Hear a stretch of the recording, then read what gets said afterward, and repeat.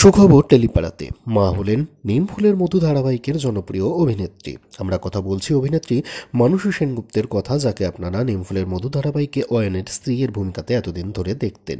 বুধবার সকালে সুখবরটি নিজের সামাজিক মাধ্যমে সকলের সঙ্গে ভাগ করে নিয়েছেন মানসী। তা পুত্র সন্তান নাকি কন্যা সন্তানের জন্ম দিলেন এই অভিনেত্রী জন্ম দিয়েছেন এক পুত্র সন্তানের। এটি মানসীর দ্বিতীয় সন্তান।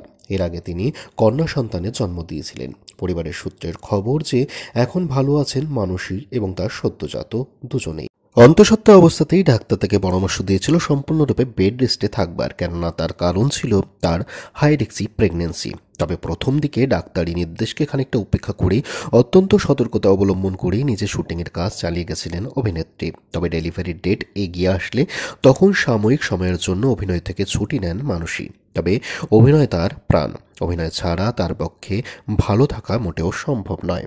তো এই মাসখানেকের মধ্যেই কিন্তু পুনরায় শুটিং ফ্লোরে ফিরবেন মানসী। 2025 সালটা ভালো যাচ্ছে টেলিপাড়ার জন্য। বছরের শুরুতেই সাত পাকে বাধা পড়েছেন রুবেল এবং শ্বেতা, এই পাওয়ার কাপল। কিছুদিন আগেই মা বাবা হলেন সেলেব জুটি অনিন্দিতা এবং সুদীপ। এবার মাতৃত্বের আবারও স্বাদ পেলেন মানসী।